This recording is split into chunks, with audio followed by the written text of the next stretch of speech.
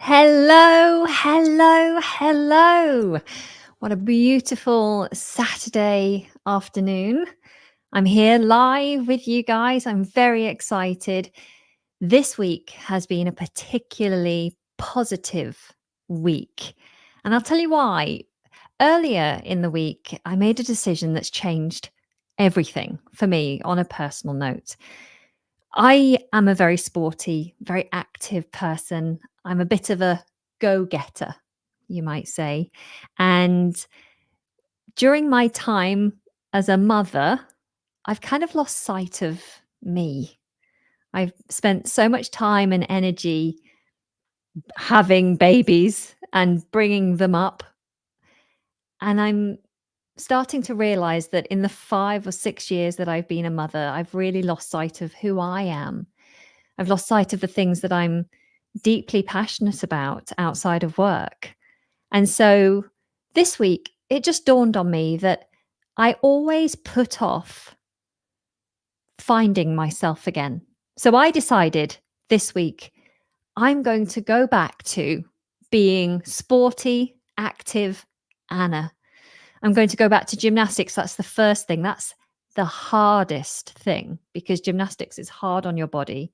I'm so far away from where I was before. And having had a 6 year break, I've just procrastinated. I've put it off. It's going to be so difficult to go back. But this week, I went back. And just making that one decision, just saying no more excuses, just do it. It started to just open up the whole world again for me. So because I went and then the next day felt really sore and the day after felt really sore again, I then decided, well, if I don't do anything for a whole week, then I'm not really going to see the benefit. So maybe I should do some more exercise. So I got on my bike. I haven't really done any serious cycling again for a very long time. So I cycled all the way to my club, which is about a half an hour cycle. And then I played 2 hours of really intense squash. And then I cycled home. And on the homeward cycle, there's a hill that is dreaded. It's very long and very steep. And I thought, there's no way I'm going to get up that hill. I'll have to walk my bike to the top of the hill. But when I got there, I thought, no, don't give up, Anna. Come on. This is the new you. You don't give up.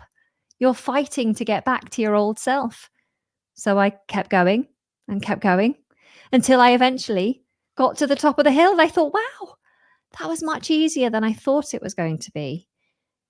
And from doing this exercise, I'm feeling energized and motivated. And my body is sore, but not nearly as sore as I thought it would be. And the reason I'm telling you this story, the reason I'm sharing this with you is because we often face obstacles on our route to achieving our goals. And the obstacles are usually mental blocks. It's usually us. It's us feeling like something we want to achieve is just a bit too hard or it's just not the right time. And so we stop ourselves from taking the steps that are required to achieve our goals. And sometimes all you have to do is make one decision, make one change, take one action to spark change, to make you see the obstacle in a different way, to allow you to start doing the right things, to create the habits to achieve the goals that you want to achieve. So don't be your obstacle. Make that decision, take that step, and achieve your goal. Okay, so if you don't know me, I'm sure many of you do. You're all saying hello. Hi. If you don't know me, my name is Anna, and you are joining me within the English Like a Native channel, either on Facebook or on YouTube. Now, I've been teaching English online since 2017. It's when I started my YouTube channel as you know it, but I've been teaching for well over a decade.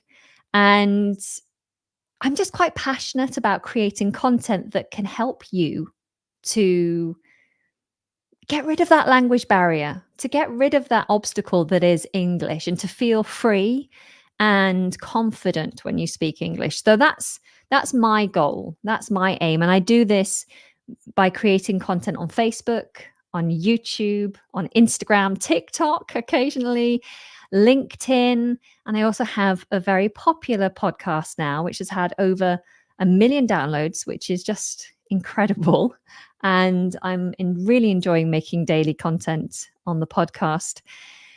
And for many years now, I've also been running an online community for very dedicated students who want additional resource and additional support on their journey to English fluency. So that's me. That's what I do. And today is about you. We're going to talk about why you might find learning English online tricky, or learning any language online tricky. We're going to talk about tips for self-study and how to make it most effective, how to get the best results out of your time and your effort. And then also, I'm going to talk about how I can support you on your journey. Now, because you've joined me here, there's also a special offer for you guys today only.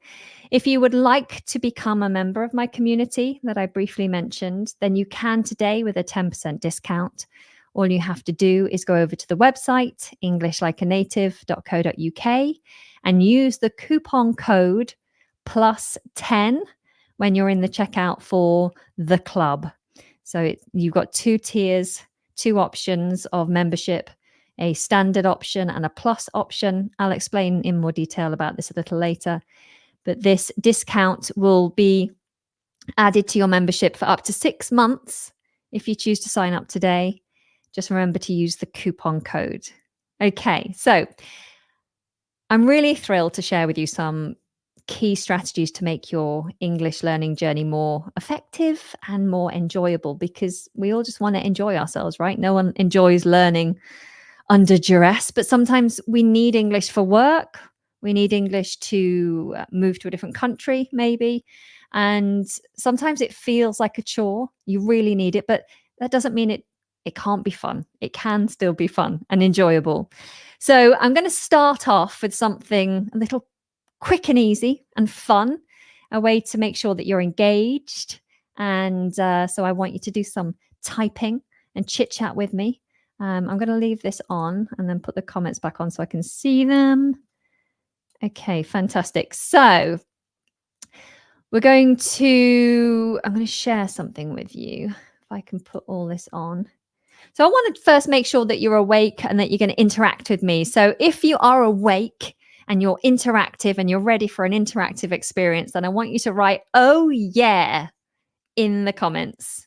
Or a simple yes would be fine, but just, "Oh yeah, I'm ready." Something to show that you are actively engaged. Yes, there are no subtitles because this is live. You are watching me live right now. So there are no subtitles right now, I'm afraid. Okay, we have some people wide awake, ready to engage. Oh, yeah, fantastic. Hello, hello. Ooh, let's crack on. Yes, cracking the whip there. Diana, you are ready. Roberta, oh yeah, fantastic. So we are a team. The English Like a Native community is all about support, encouragement, being engaged. You only get out of an experience what you put in. Okay, so get involved and you'll get a lot out of it. Okay, so here we go. I'm going to share something with you. Will it all go into one comment? Oh, it hasn't gone all into one comment. That's so frustrating. Okay, well, let's just do what I can. So, in our community, we're focusing on vocabulary here. In our community, everyone is willing to lend a hand whenever needed, creating a strong sense of unity and cooperation. We know that no matter the challenge, we can always count on each other. We all have each other's back, ensuring that no one feels alone. Beyond that, we pride ourselves on our dedication to go the extra mile, not just meeting expectations, but exceeding them to achieve our collective goal. This this commitment to supporting one another has made us not only a successful, what's it done with the rest of my, hang on. Oh, technology. Let me just do this last sentence. Bear with me. Can you see me popping up over? Hi, hello. Okay, this commitment to supporting one another has made us not only a successful team, but also a close knit group of friends. Okay, so there were a few items of vocabulary that I'd highlighted there. And the first one was lend a hand. To lend a hand.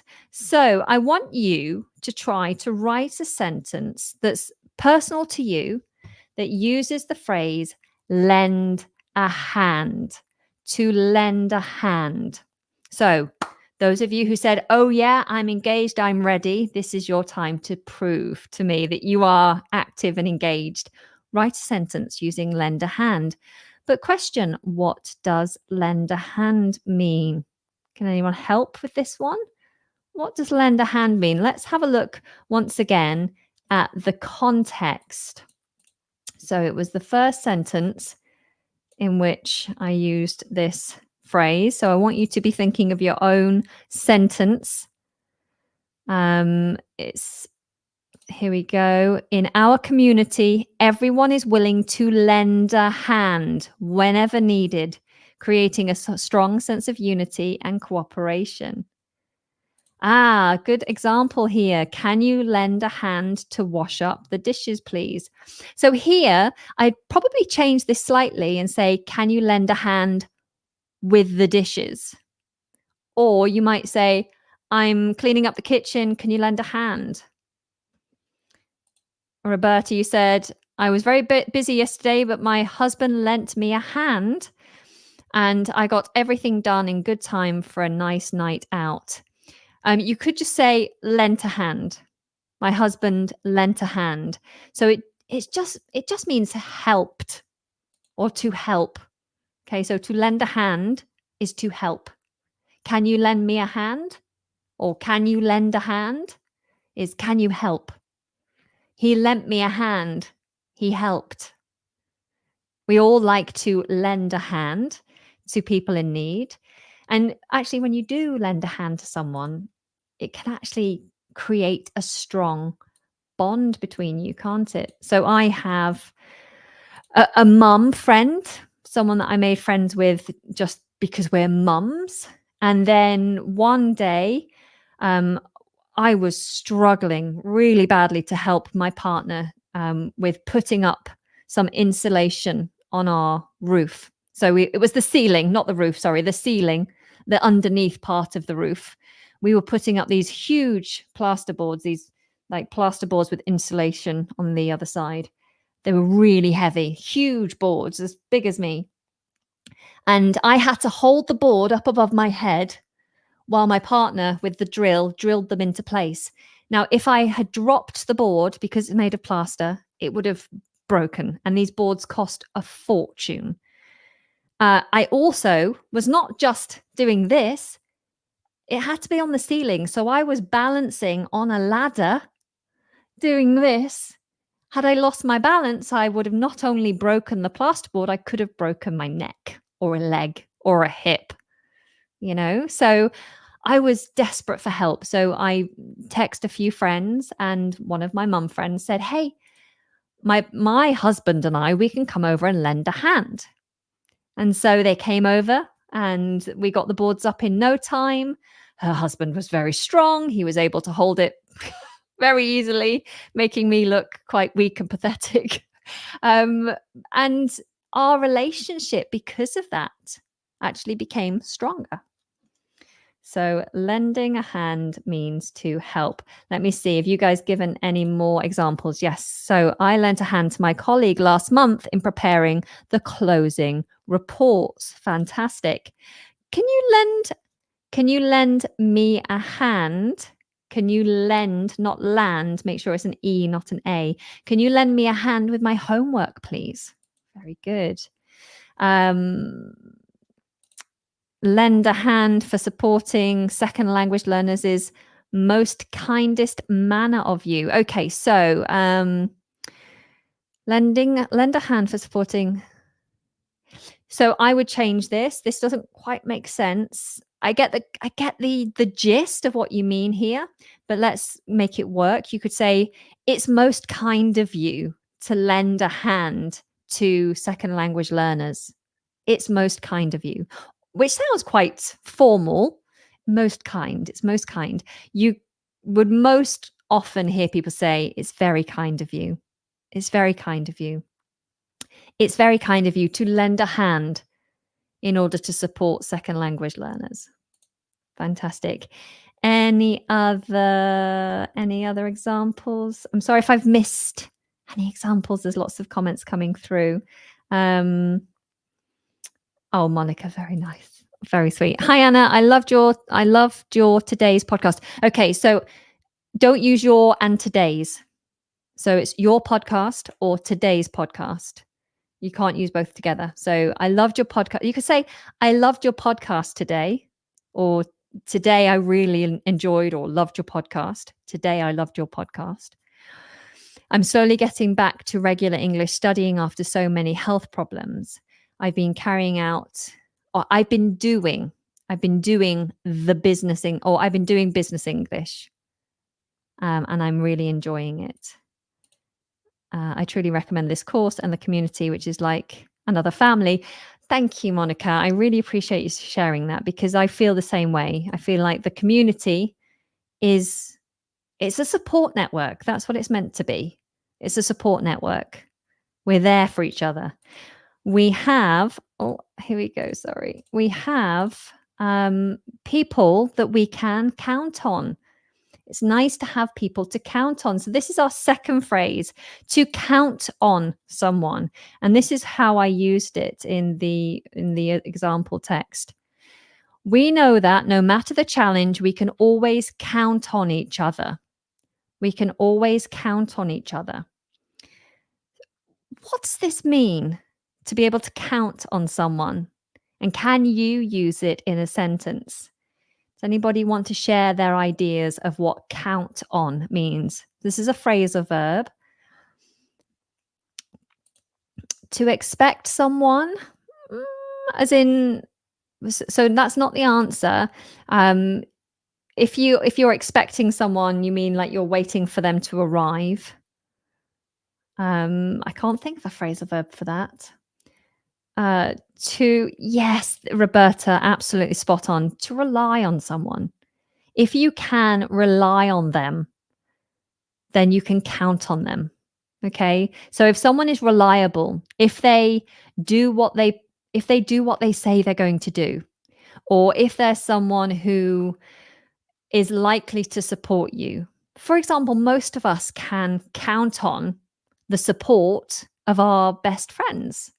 Hopefully your best friend is a friend you can trust for support.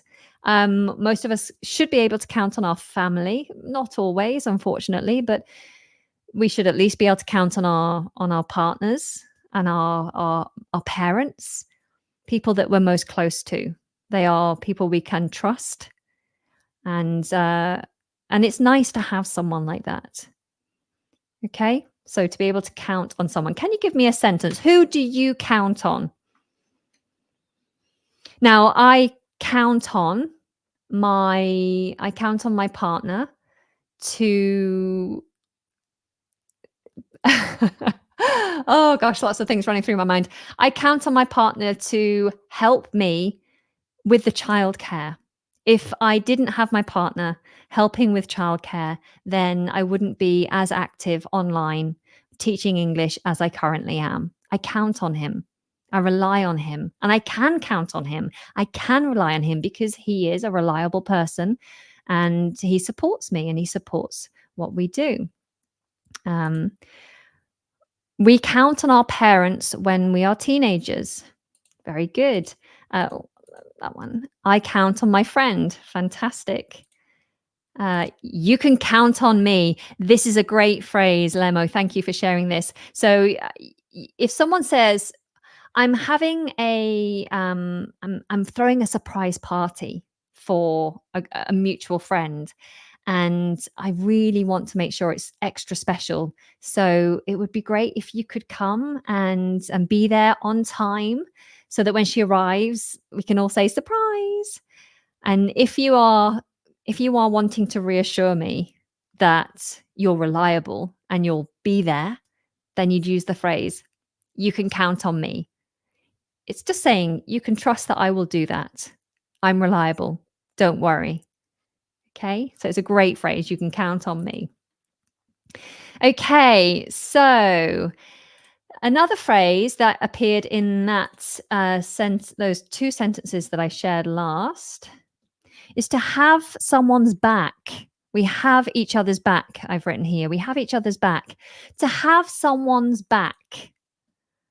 What does this mean? To have someone's back. Let me put this up on its own. What does it mean, and can you use it in a sentence? You might even say to someone, hey, I've got your back. I've got your back. I've got your back, but your is often weakened. Simply, yeah, I've got your back. I've got your back. What does it mean? Just throw your thoughts into the chat. Yeah, so this is it. It's like to support. It's to say that you're there to protect them, to give them support if they need it. So for example, in a very physical way, if you're on a football team, I'm thinking about American football here, or rugby. I don't really know these particular sports very well, but let's say you're playing rugby and you've got the people at the very front, and then you've got people behind who are defending, and you've got a strategy that these people at the front are going to attack, and they're going to attack really fast and really hard, but it's risky. They might lose the ball, and the people in defense at the back say, don't worry, I'm behind you. I've got your back. I'm going to defend in case your plan doesn't work. So I will back you up. That's another phrase. I will back you up. I've got your back. I'm here supporting you, doing this with you. I'm going to push you on. I'm going to help you. I'm going to support you in this plan. So I don't know if the rugby analogy is a good analogy, but that's what it means, to support and defend someone. Okay. So yeah, I've got your back. I've got your back if you need to do something a bit scary, a bit risky. And don't worry, because I'm here. I'm here if you need me. I've got your back. I'll back you up. I'll protect you and help you and defend you. Okay. What else did we have? Oh, we had this fun phrase, didn't we? Let me just share it with you. Thank you for being so active, guys. I'm really, really impressed with all the comments coming through. So I said, beyond that, we pride ourselves on our dedication to go the extra mile. To go the extra mile. What does this phrase mean? And is this something you've ever done or experienced? Do you ever go the extra mile? What does it mean? And can you use it in a sentence to describe your own personal experience? I often go the extra mile. I'm a little bit I'm what we call a yes person. I'm very bad at saying no. My mum was the same, and I've had to learn to be a little bit more disciplined and say no a bit more often, because I tend to go the extra mile.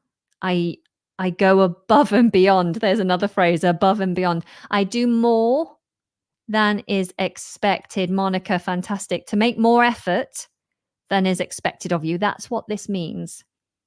So for example, if you go to a DIY store, you're going to do some decorating. I need to replace the doors on my cupboards and I need to fix some cracks in the plaster. So I'm going to go to the DIY store. I have no idea what products I need to fix plaster. So go to the DIY store and I say, "Excuse me, I think I need some filler. I Could you help? Could you tell me where the filler is?" And the person that I'm speaking to says, "Yeah, sure. What's the problem exactly?" "Oh, well, I have a crack in my plaster at home." And then they ask me some more questions. They find out exactly what the issue is. And then they don't just tell me where the filler is, they escort me to exactly where it is, bringing a basket, and they grab all the products, telling me how to get the best products for my budget so that I'm not overspending, but I'm also getting the best quality materials. And they put it all in my basket for me and they tell me the method that I need to use in order to fix this crack appropriately so that it will be long lasting and won't require any more work. And then he takes my basket to the checkout for me, rings it all through, offers me a special discount, which he didn't need to do. He was just feeling kind. And then says to me, "Here's my phone number. If you want to send me a picture or send any messages asking questions along the way, I'm happy to assist." He has gone the extra mile in order to support me. All I asked was where the filler was. Okay, so someone who does more than is expected in order to help you. Okay. Fantastic. So let me see your examples now using go the extra mile. Is it something that you've ever done or experienced? Okay, let me see. Ruben, our teacher, the one who's willing to go out of her way to teach us any topic. I thought you'd use go the extra mile, and you could have done there. So you used a different phrase, which is also brilliant, to go out of your way to do something. To go out of your way to do something. We could just exchange that with she's willing to go the extra mile to teach us any topic. Roberta, you've said, when it came to helping out with my children, my father used to go the extra mile. Okay, so his grandchildren. Yes, okay, I get it. When it came to helping out with my child, my father used to go the extra mile. Fantastic. Very, very good. Any other examples you'd like me to share, guys? Okay. Here we go, Monica. I'm always proactive and strive to go the extra mile at work. Fantastic. And going the extra mile at work often gets you noticed and can help you if you want to be promoted. Obviously, you don't want anyone to take advantage of you, so you have to make sure that it's being noticed. With you, we go the extra mile to improve our English. Well, I think that's brilliant. And yes, we should all go the extra mile for ourselves. We often go the extra mile for other people, but we should more often go the extra mile for ourselves. Sometimes my partner will take my children to visit their grandparents, and I'll be left home alone for a night or two. And when I have my children at home, I will spend an hour cooking to make a nice, nutritious, healthy meal. When I'm on my own, however, I really mistreat my body. I don't cook for myself. If anything, I'll just stick a pizza in the oven or I'll get a takeaway pre-made meal to stick in the microwave. Something that's not very healthy, even though I have very strong beliefs about nutrition and whole food and like minimizing plastic and things like that. When I'm on my own, I prioritize work and going the extra mile for other people. And I don't prioritize myself. I don't go the extra mile for myself, but The last time I was on my own, I decided that's going to stop. So I did cook every meal from scratch and made sure I ate in a very healthy way. And we should all do that more often, go the extra mile for ourselves. Okay, a few more here. I am going to extra mile. I am going to go. I am going to go the extra mile. The phrase is to go the extra mile. That's the phrase. So just package that up in one. Okay, the only time that changes is when it's in the past tense. She went or I went the extra mile. But otherwise, it's always to go the extra mile. I need to go the extra mile. I'm going to go the extra mile. Um, so you wouldn't say in my every work. You might say with every project if you have project-based work. So I'm going to go the extra mile with every project, or I'm going to go the extra mile in all my work. In all my work. Fantastic. One more. She went the extra mile to lend a hand, Miranda. Fantastic. You've joined both of them. Brilliant. Okay. Okay, fantastic. Some really good examples. Now, the last little adjective I wanted to bring up was the adjective close knit. Close knit. Now, I used it here like this. This community to, sorry, I always say community. That's me not reading properly. This commitment to supporting one another has made us not only a successful team, but also a close-knit group of friends. So what does close-knit mean? And could you describe yourself, your relationships with others as close-knit? Can you use close-knit in a sentence? Close-knit. Feel free to add your personalized sentences to the chat. So I would say that my family, my extended family, the family I grew up with, unfortunately, wasn't really a close-knit family. And I've always been a little bit envious of my friends who do have very close-knit families. And it's something that I want to ensure I have with my children now and my partner, the family that I'm building. I want to ensure that it's close-knit. I'm also quite keen to build more of a close-knit community. So I am in charge of I created the WhatsApp group for my street, and I instigate events and get-togethers to try to build the relationships between neighbors so that we are keeping ourselves safe in the area, but also supporting each other in case there's times of need. We have some elderly people on our street. We have some people who live alone. We have lots of young children here as well. So it's nice to be in a close-knit community. Okay, so Mohammed, yes, tight. So it means like to be, I actually don't know how to explain it now. I've said it. Supportive and united together, tight, that we look out for each other. Okay. So are you part of a close-knit family? Do you wish to be part of a close-knit family?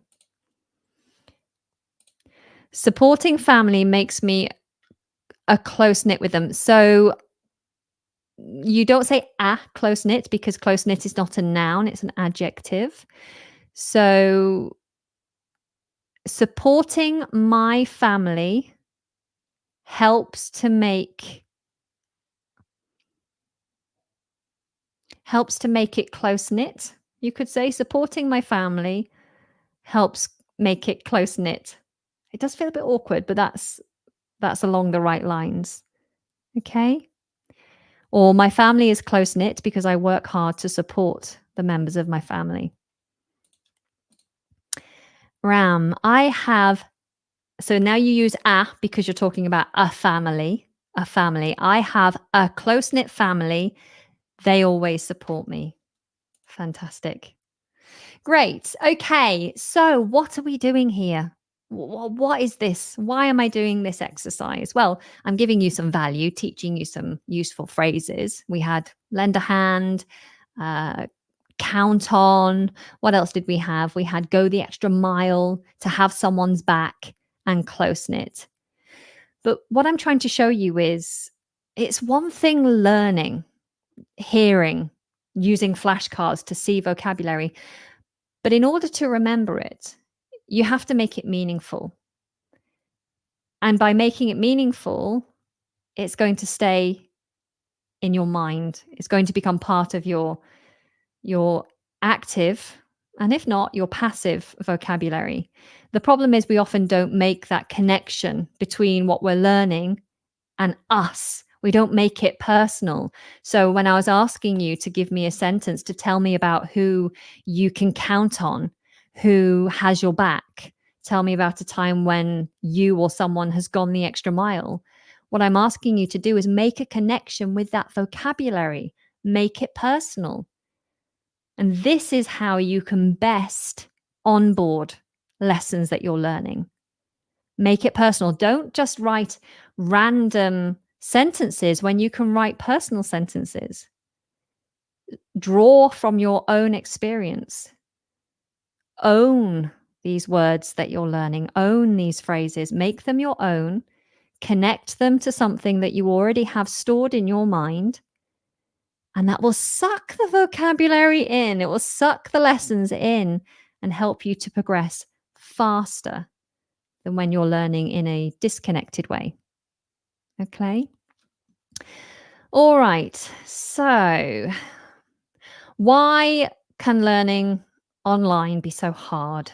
So, that brings me to talking about the challenges of learning online. Now, I'm sure that many of you will have encountered some of these obstacles. Now, like I just said, learning online can feel disconnected. It's not always very personal. Communicating, which is why you would learn a language, communicating is a deeply personal act. We communicate our ideas, our passions. I just told you at the beginning of this session that I'm very passionate about sport and being active and gymnastics. That's what I feel passionate about. And I communicated that to you with passion. We communicate our preferences, our likes, dislikes, our fears. And it's through communication that we connect with other people on a meaningful level. Now, online learning can often feel detached and impersonal, which makes it really challenging to engage with the material. So, when learning online, there's often a risk that it will just feel irrelevant to you. Okay. And it can be very passive. If you're watching a lesson in a very passive, one way format, so you're not interacting, you're just letting it pass over you in a very passive way, then you can feel distant and disconnected. It's not personal. And that can make it hard. That can make it hard to learn to onboard. The next issue with learning online is there is a lack of speaking practice. Now, times are changing. Technology is changing at a really fast pace, and there are more and more opportunities, but there is still limited access to speaking practice, especially genuine connections with real people. And that's, again, what language is all about. It's about connecting with people. And so many students that I speak to, and I ask them, tell me where your strengths and weaknesses are. They always say they feel stronger and more confident in, actually, let's do this. Let's do this. Between 0 and 5, I want you to score yourself for each skill. So for reading, writing, listening, and speaking, I want you to give a number to each one. 5 means you are most confident. and 0 means you have no confidence at all. So for English, reading, writing, listening, and speaking, I want you to give each one a score. You can just write it with a letter. L for listening, S for speaking, W for writing, and R for reading. And then the number. Tell me how confident you feel. 0, no confidence whatsoever. Oh, I've lost my pencil in my sleeve. And 5 for super confident, no problems, no anxiety whatsoever. Tell me how you feel about each of the skills. It'd be really interesting to see what you guys have to say. Okay, this is the delay now. Waiting. Here we go. Here's one. So speaking 4, writing 2.5, listening 4.5, reading 3. That's really interesting. Eamon, 0. Is that 0 across the board? Is that a 0 for everything? Felipe or Philippe, you said 4 for reading, 4 for writing, 4 for listening, 3 for speaking. Ram, 5 for reading. Fantastic. 3 for listening. 4 for reading, 4 for listening, 4 for 4 across the board. There we go. 4 across the board. Amen. 0 for everything. But you're listening to me now, so this can't be a 0. And you've just written, so that can't be a 0. 4 for reading, 2 for speaking, 1 for writing, 3 for listening. This is interesting. A real mixed bag, we call this, a mixed bag. Now, what I usually see from people within my community is that there are higher scores and higher confidence levels within the input skills. So listening and reading, much more confident on those ones, and less confidence with the output. So speaking and writing.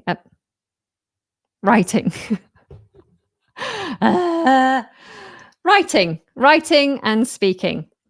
Much more confident, much more confident, less confident with speaking, less confident with writing. And that's usually because there's more opportunity online to listen and to read, and less opportunity to write, and less opportunity to speak. And that tends to be reflected in how confidence in my mouth has stopped working. Let me reset. Have a drink. Hang on. Okay. I've reset. So that's reflected. That lack of speaking practice is reflected in people's confidence levels. The other problem with learning online, so we talked about it not being personal. We've talked about the lack of speaking opportunities. The other thing is self-motivation and self-discipline.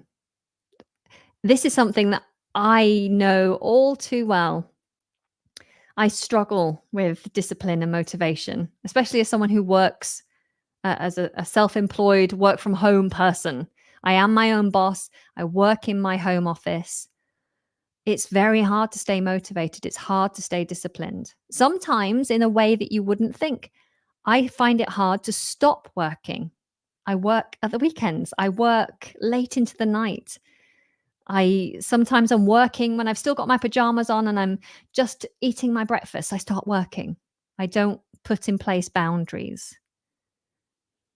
Now, when you're learning online any skill, it's hard to be continuously motivated and it's hard to be disciplined. This is usually because you're doing things at your own pace. You have complete control. You don't have structure often. There are no appointments and classes set for you to go to. There are no deadlines for you to adhere to. So staying motivated can be tough. If I don't have a deadline for something, then it will go on my to-do list. And my to-do list never gets done. If there's a deadline, I'll do it. If I'm under pressure, I'll do it. So it's very easy to procrastinate when you're learning online. It's easy to lose focus. So these challenges are very real. And they are something that we probably all had to deal with in some respect, at some level, but they're not insurmountable. That's a good word. They're not insurmountable. They can be overcome. We can get past these difficulties and succeed with the right strategy. So now I'm going to give you some tips on how to succeed in learning online, particularly, obviously, learning English. Okay, so number one, let me share this with you. Set clear goals. It's very hard to achieve something when you don't know exactly what it is that you want to achieve. It really helps. And lots of people have spoken about this in all sorts of industries. If you write down exactly what you want or make a vision board of exactly what you want, then you're more likely to succeed in getting that thing.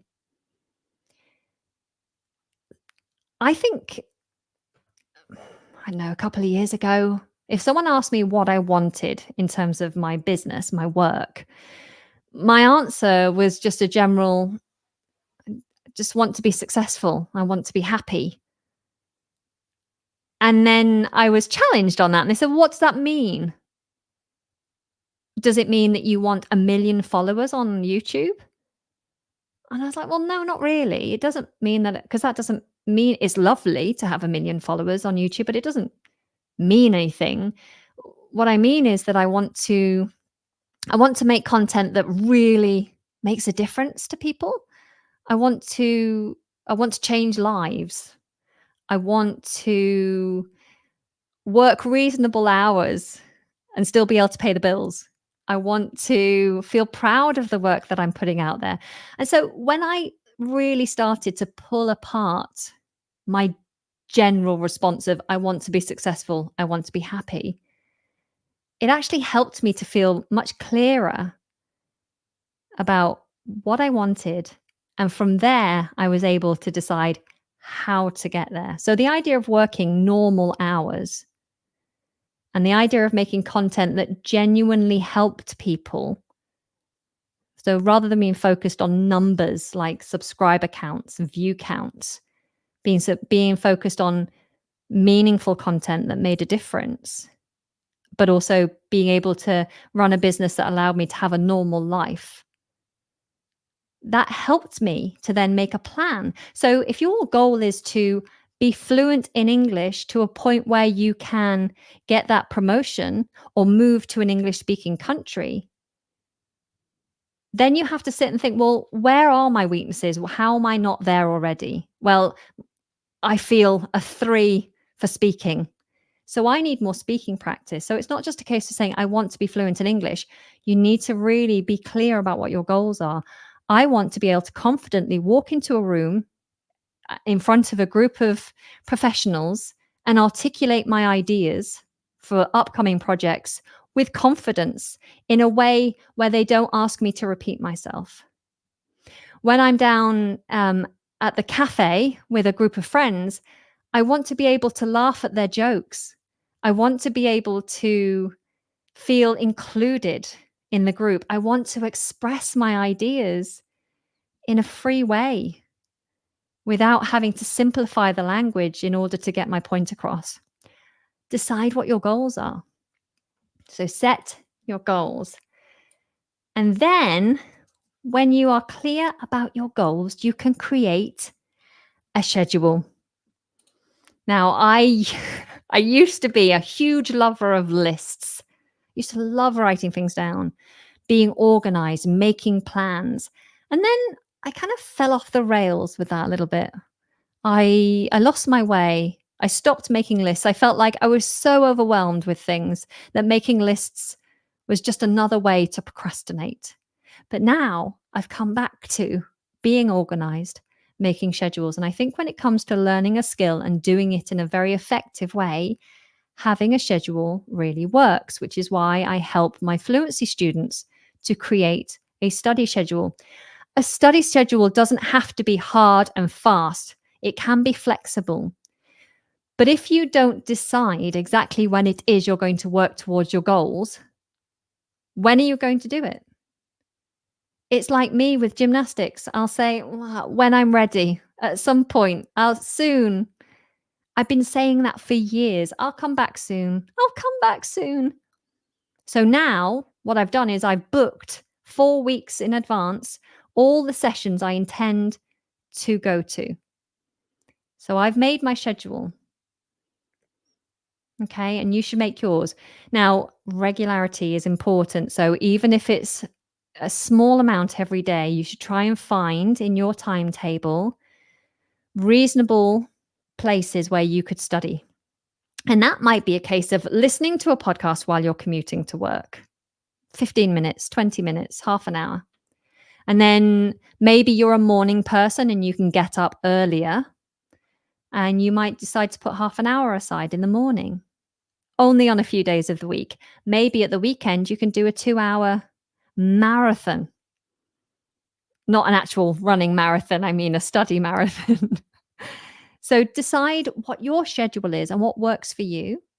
Write it out. Say, on a Monday afternoon, I have a long lunch break. So during that time, I'm going to spend 15 minutes doing something.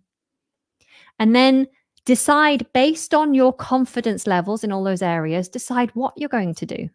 Well, I really need to work on my writing. I've neglected my writing. So I'm going to spend 3 of these study slots doing writing.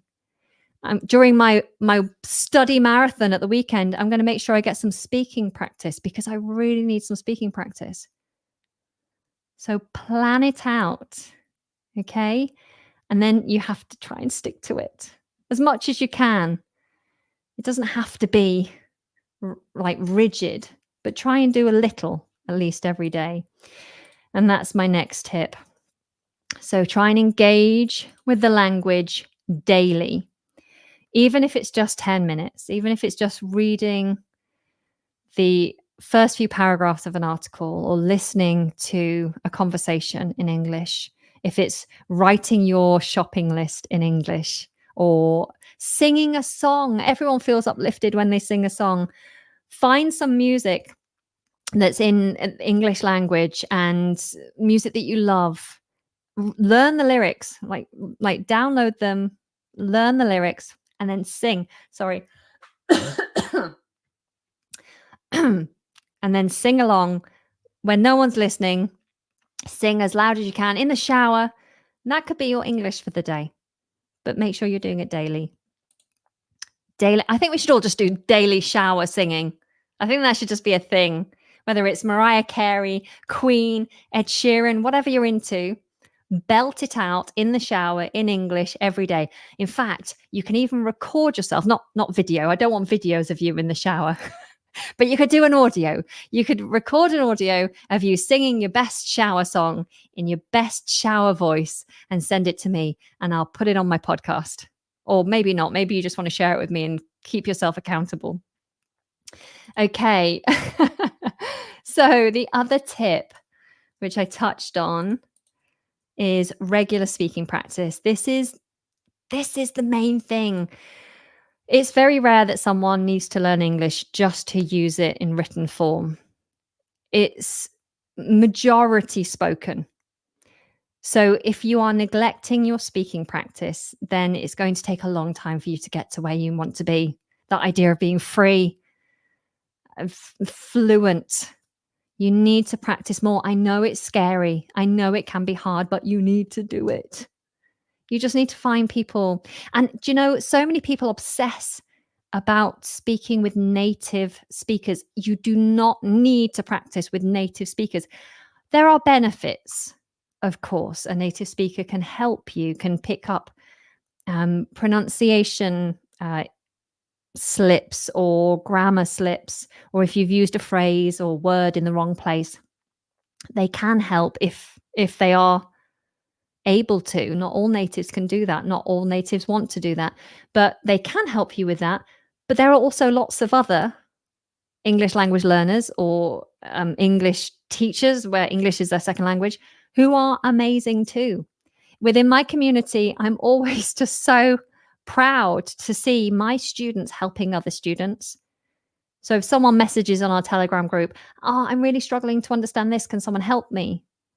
And it's taken me a few hours to get to my phone to answer the question. Come on. And my students have already answered it for them. Some of my more advanced students or students who know the answer because they also are immersed in it.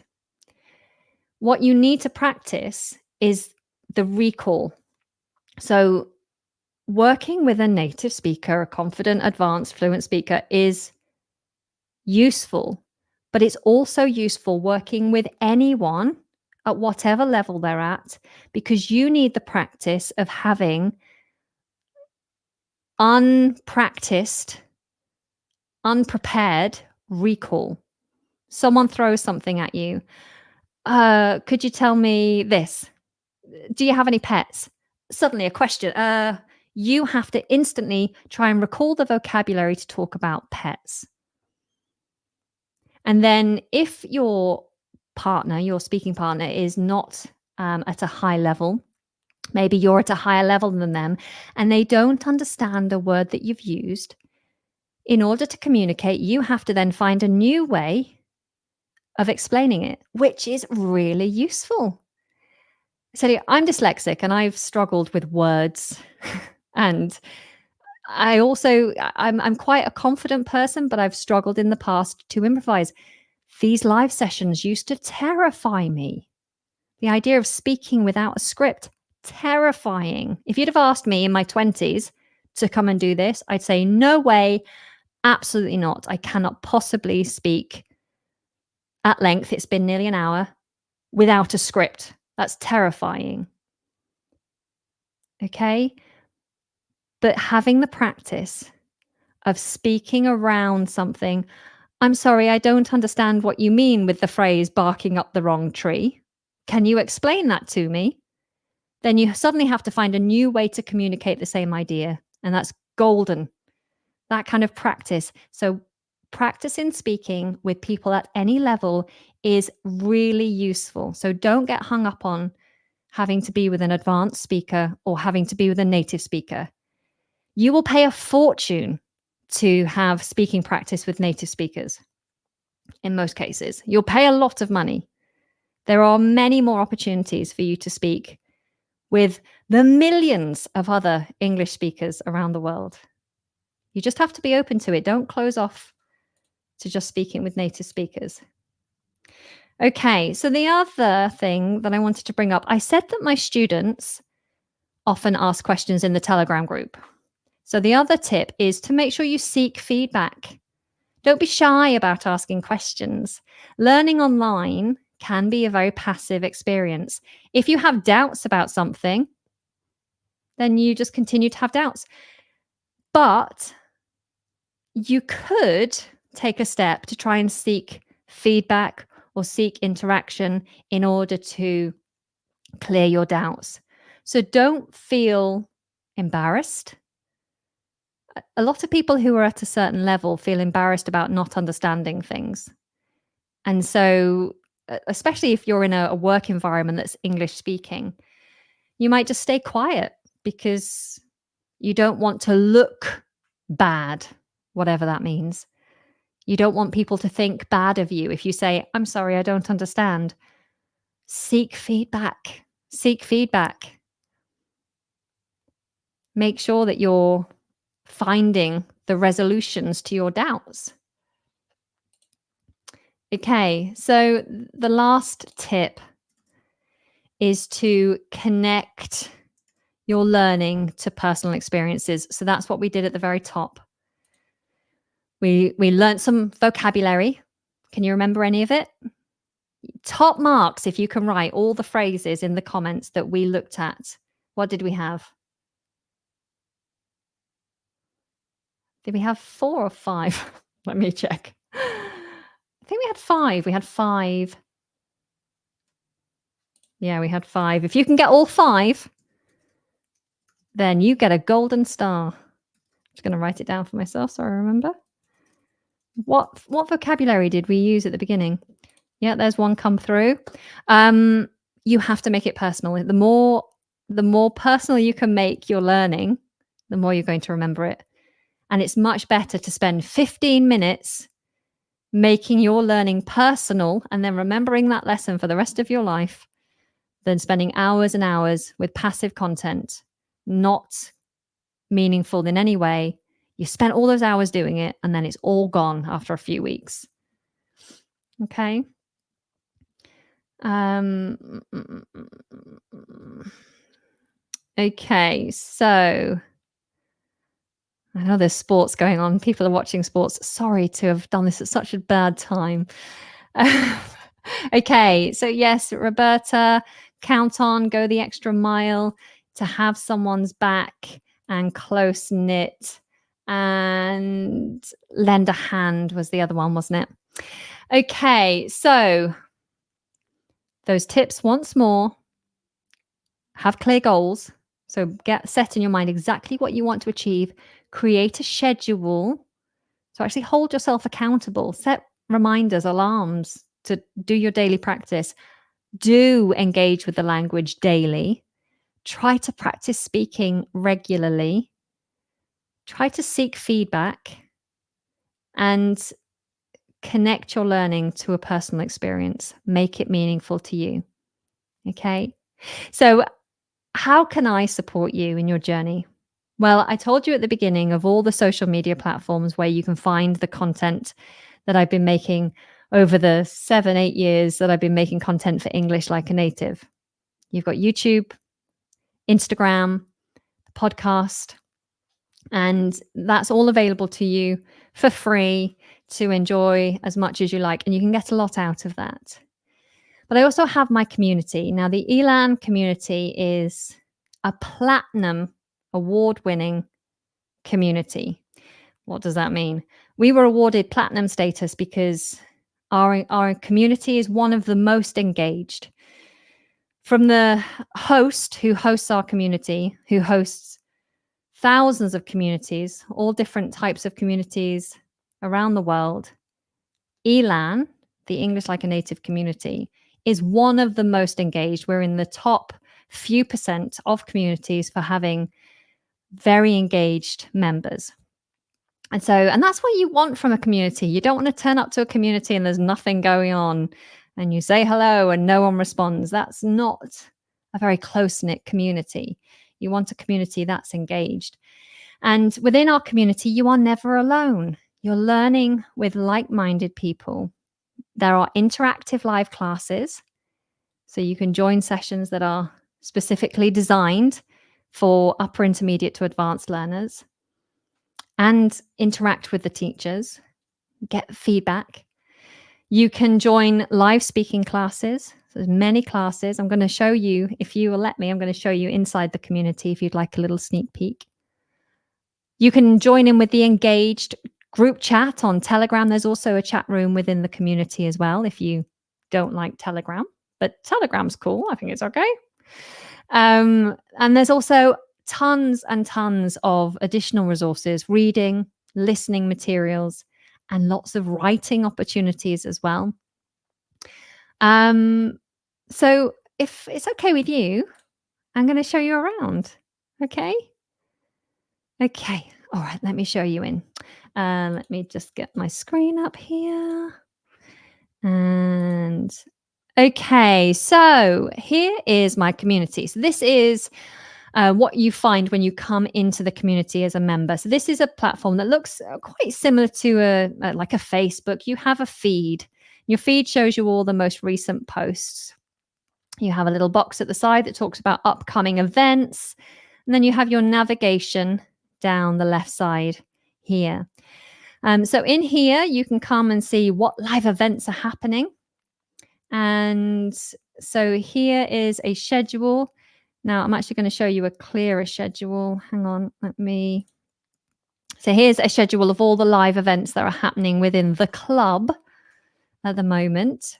So this is for August. So you can see there is a lot going on. Okay, so we have Conversation Club. These are classes where you get to do speaking practice. You need lots of practice. And then there are a live class every week, either with myself or with our resident English teacher, Mike, who is fantastic.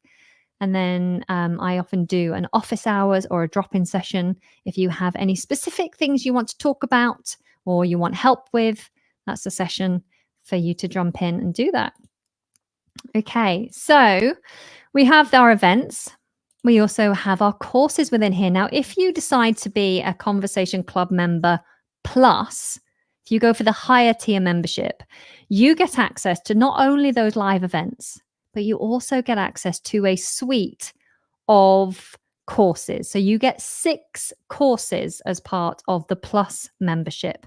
Now, previously, we sold these as independent courses, and now we've packaged it all up so that you can get access to our B1 course, our B2 course, our C1, our C2, the pronunciation course, and the business English course, all as part of a monthly membership. So you can start and stop whenever you like, come back when you've got a month to keep going. And so this is a really great way to progress your English, is being part of the Plus membership. Now, let me show you what else we've got. So we've got the common room here. So in the common room, we have the live lesson library. And this is a library that stores all of our previous live lessons. I talked about the English lessons that happen once a week. Sometimes we focus strictly on pronunciation. Sometimes it's on advancing your vocabulary and structures. Maybe we'll cover in a fun way some grammar points as well. So here, if you miss something, it's okay, because here is where you'll find it. Okay. So if I come in here, for example, you'll find there are lesson notes to download, and you can watch the video once again and then leave your comments should you need to.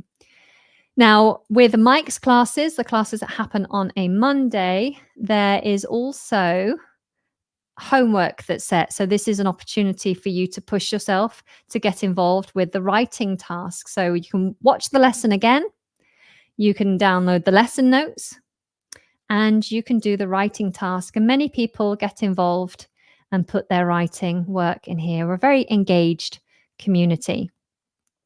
Now, there's also a chat feature here. So if you wanted to get involved in chit chat, then you can. We have the knowledge base, which is if you ever have any doubts about something and you really just want to clear it up, then we cover a lot of bases with grammar from beginner through to advanced. And we also give you some ideas of things to watch. If you're really keen to watch something in English, there are lots of ideas in here, and things to read. So the knowledge base is a good place to come and nosy around. We offer a green room. So if our students are really keen, then they can come and have speaking practice with other students that they've met in the community. And they can use some of the materials within the community to base their speaking practice on. But this is a Zoom room that's always open for our students to jump in at any time. We've started doing a Tuesday challenge. So every Tuesday we put out a challenge for you guys to get involved with, and give yourself a reason to come and visit again. And then there's a space for students to post. Now, the other interesting area is the conversation club. For every conversation class, there is pre-reading. Okay, so here is an example. Virtual pets. So for this class that's coming up soon, I think, or maybe it's just passed, this was all about virtual pets. So there's pre-reading. There's something here to watch. There's some vocabulary related to this topic. Then there are points to discuss. This is what we prepare for in the actual class. And then you can listen to the entire pre-reading as well, so that you have the audio. And we always recommend read and listen at the same time. Now, what you'll see is there are hundreds and hundreds and hundreds of topics in here. So if you're interested in learning a bit more about a specific topic vocabulary, so perhaps you're into cosmetic procedures, maybe you work in medicine and you're looking at this type of thing, cosmetic procedures as a place to work, an area to work. Maybe you're an engineer and you're into robotics. Well, you could just search up here to find it, or you could come and have a scroll through and find what looks interesting to you. Okay, there's so much in here, an enormous amount of resource. And something we recently added was the podcast plus space. So If you are a member of the club, whether you are on the standard membership or the plus membership, you can access all the podcast episodes, including all the bonus episodes that aren't available anywhere else. You can also get access to all the transcripts from every episode. We are currently on episode 325. And you can access the database, which gives you all of the vocabulary from all the 5-a-day episodes with descriptions and example sentences. Okay, so there's a lot here. There is a lot here available to you, and my students, they get on very well, and we'd love to invite a few more in. So if you're keen, this is how I can support you in the community. Okay, so what's going to happen now is I'm going to stay for a few more minutes. If you have any questions about joining the community, then please do. Remember, the discount is available to you, 10% off, and you can lock that discount in for 6 months, but it's only available if you sign up today. So I'm going to give you the link in the chat here. Now, the membership for the standard club, which gives you access to the podcast material and all the speaking classes, the weekly English class, that's available for $29 a month. You can join and cancel. You can pause your subscription whenever you want. $29 a month, but you also get 10% off.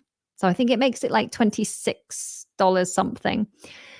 If you want to join the plus membership, which gives you all those live classes, and the pronunciation course, the B1, the B2, the C1, the C2 course, the business English course. If you want all that, that's $99 a month. And with the discount, it's around $89 a month. Okay.